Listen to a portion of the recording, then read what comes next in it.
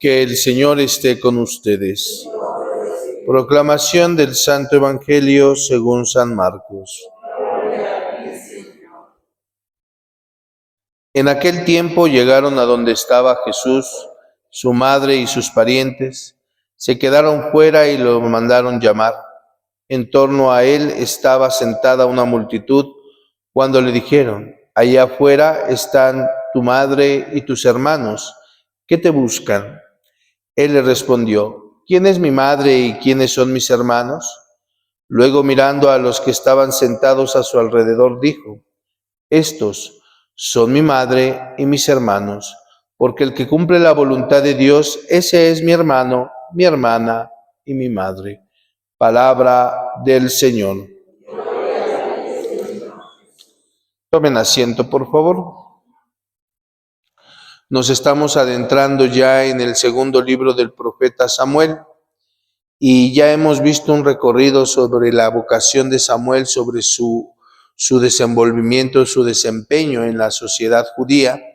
Y vemos también, como les decía, no podemos hablar o no podemos conocer el todo de Samuel sin tampoco Saúl y David. Hoy estamos viendo a David, ¿verdad? Este David que ya ha sido ungido, este David que ya ha tomado posesión de la gobernatura prácticamente del pueblo de Israel y que hoy precisamente vemos cómo tiene una relación estrecha con lo sagrado. Y es que fíjense bien, en el tiempo de David no había templo, o sea, estaba más o menos por ahí queriéndose el prototipo del templo, que eran las casas, ¿no? De acampar, ¿no? Y entonces, fíjense bien, hablamos del Arca de la Alianza. Y el Arca de la Alianza era algo muy sagrado para precisamente los judíos. Era la presencia real de Dios. Era prácticamente lo más, era el momento, era el objeto más valioso que tenían como pueblo judío. Lo vimos como también la ocupaban, ¿verdad? Para ir a la guerra, para hacer varias cosas. ¿Por qué? Porque para ellos era pues la presencia de Dios. Y entonces obviamente que le construyen una casa, obviamente que hay una casta sacerdotal que se ocupa precisamente de cuidar, de limpiar el Arca de la Alianza, ¿no? De custodiar esa arca. ¿Por qué? Porque no cualquiera podía entrar. ¿Por qué? Porque había un rito, ¿verdad? Un ritualismo para poder acercarse a ese objeto sagrado. Sin embargo, fíjense bien, Dios siempre ha estado en medio de su pueblo. Pero es el pueblo el que se ha alejado de Dios, es el pueblo que se ha corrompido, es el pueblo que de alguna manera pues no quiere entrar en contacto con Dios. O sea, Dios está en medio del pueblo, el Dios con nosotros, el Emmanuel, ¿no? Sin embargo, es el pueblo que no reconoce a Dios, es el pueblo que no conoce a Dios. Y cuando una persona no conoce, cuando una persona no se llena de ese encuentro con Dios, se empieza a alejar de Dios. Porque comienza la duda, porque comienza la depresión, porque comienza muchas cosas en su persona. Entonces, cuando una persona se aleja, es porque realmente, primero, no conoce a Dios, porque nunca se encontró con Dios, y segunda, porque no tiene esos momentos, esos espacios de encuentro con Dios. Y obvio, la consecuencia de alejarse de Dios es que comienzas a corromper o a darle una superficialidad a lo sagrado. Fíjate bien, ¿no? Mucha gente, cuando viene al templo, viene a platicar, viene a comer, viene a chismosear, viene a tantas cosas porque han perdido el sentido de lo sagrado. O no conocen lo sagrado. Y entonces ya no es el mismo valor que le das. Algo sagrado es algo que tiene un valor muy fuerte, como se lo dio David al arca y los judíos al Arca de la Alianza. Cuando tú te alejas de Dios, cuando tú ya no conoces o ya es algo monótono, se corre el riesgo de que el valor de lo sagrado se comience de alguna manera a desvalorizar, valga la redundancia. ¿Por qué? Porque hoy ya es muy cotidiano, ¿no? Por ejemplo, pongo un ejemplo, ¿no? Dentro de la iglesia, los que son más cercanos, que nos ayudan y demás, pueden incluso, ¿verdad? Decir, pues para mí, pues esto no es sagrado, ¿verdad? Y me da igual si lo ensucio, si no lo ensucio, si está, ¿sí me explicó? O sea, si se me cayó la patena o si el vaso está sucio. Es decir, perdemos el sentido de lo sagrado y eso es lo que le pasó al pueblo de Israel.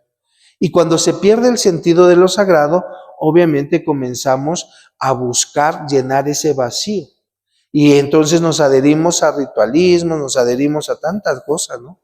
A que le damos más valor. Por eso fíjense bien, ¿no? La lectura de San Marcos, ¿no? Habla precisamente de que Jesús está haciendo lo suyo. Jesús está en relación con el otro. Jesús está en relación con Dios. Por eso Dios, fíjate bien, Jesús siempre para tomar una decisión, elección de los 12 o demás, siempre oraba. Siempre estaba en esa continua relación con Dios. ¿Por qué? Porque obviamente es un estilo de vida, ¿no? Y fíjate bien, este Jesús es el que está en relación también con el hombre, ¿sí? Porque le está dando el valor al hombre, le estaba dando el valor a Dios, porque para Jesús, Dios, el Padre, es lo máximo, ¿no? Por eso viene a ser la voluntad del Padre. Pero también el hombre es lo máximo. Es algo sagrado para Jesús. Eres tú un tesoro para Jesús, eres tú algo sagrado. ¿Sí? Porque te está dando el valor, por eso se está relacionando contigo. Ahí lo vemos. Y entonces llegan a buscarlo su madre y su hermano, sus hermanos. Ojo, cuando tú desconoces, perviertes, y cuando tú desconoces, corrompes. Y entonces muchos protestantes toman este evangelio para decir, ya ves, la Virgen no era madre, no era virgen porque tenía más hermanos Jesús. A ver, entendamos el contexto, ¿sí? Los judíos, ¿verdad? Vivían como en tipo vecindad, donde había un patio central. Y todos se relacionaban con todos, es decir, en una relación sana.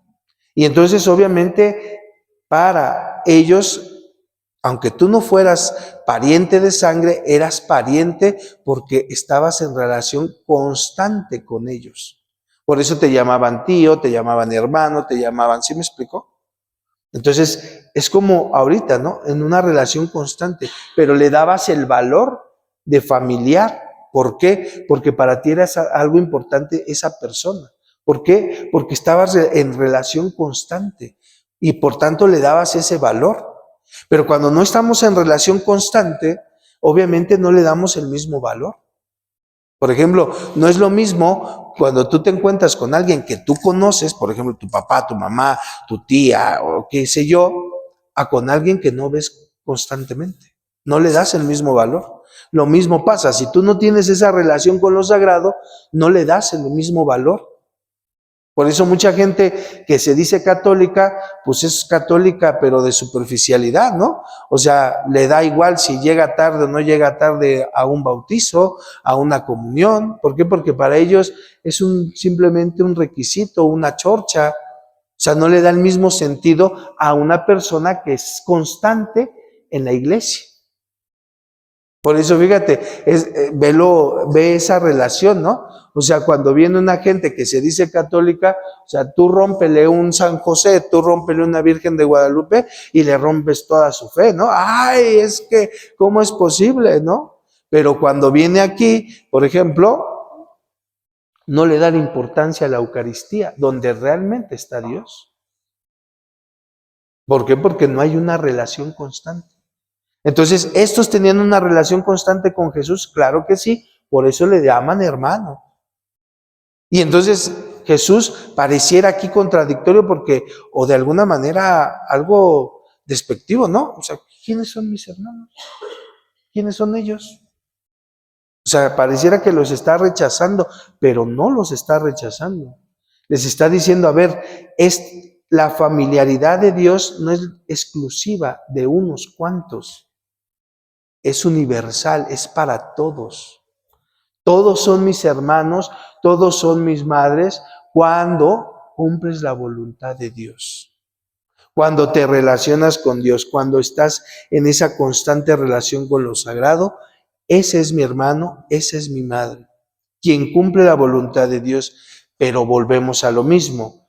¿Cómo saber cuál es la voluntad de Dios? En general, podemos decir, pues es que nos amemos, pues es que es misericordioso, esa es la voluntad de Dios. No, ¿cuál es la voluntad de Dios en tu vida? Y eso te toca a ti descubrirlo. Eso es lo que te toca a ti descubrirlo. ¿Cuál es la voluntad de Dios en mi vida? ¿Qué es lo que yo necesito, verdad? ¿Qué es lo que pide Dios de mí? Y es que entiéndelo así, fíjate, volvemos a lo mismo, del valor. Tú le das más valor, por ejemplo, a una oración prescrita que es buena, porque te guía, pero a la oración auténtica de decir, ¿cuál es tu voluntad, Señor? Ni le hacemos caso. Por eso no nos gusta el silencio, por eso nos aburren a veces los retiros del silencio, por eso, ¿por qué? Porque no tenemos esa relación constante y no le damos el mismo valor, el mismo significado. Entonces, por eso, pregúntate, ¿cuál es la voluntad de Dios en tu vida? Pero para conocer la voluntad de Dios en tu vida, tienes que relacionarte forzosamente con Dios. ¿Te guste o no te guste? No lo vas a encontrar ni en el brujo, ni lo vas a encontrar, ¿verdad?, en tu amigo sacerdote, ni lo vas a encontrar en la medida en que te relaciones con Dios. ¿Cuál es la voluntad para mí en este momento? ¿La estoy cumpliendo o no la estoy cumpliendo? Y otra pregunta con la que nos podemos ir para reflexionar es, ¿qué valor le doy a la relación con Dios? ¿Qué valor le doy? Nunca te vayas a dormir sin haberte esforzado por conocer la voluntad de Dios en tu vida. Nunca. Esfuérzate. Tal vez hoy no la comprendiste, a lo mejor mañana sí, pero nunca te dejes de esforzar por relacionarte con Dios para conocer su voluntad en tu vida. Nunca te vayas a dormir así. Que así sea. Nos ponemos de pie.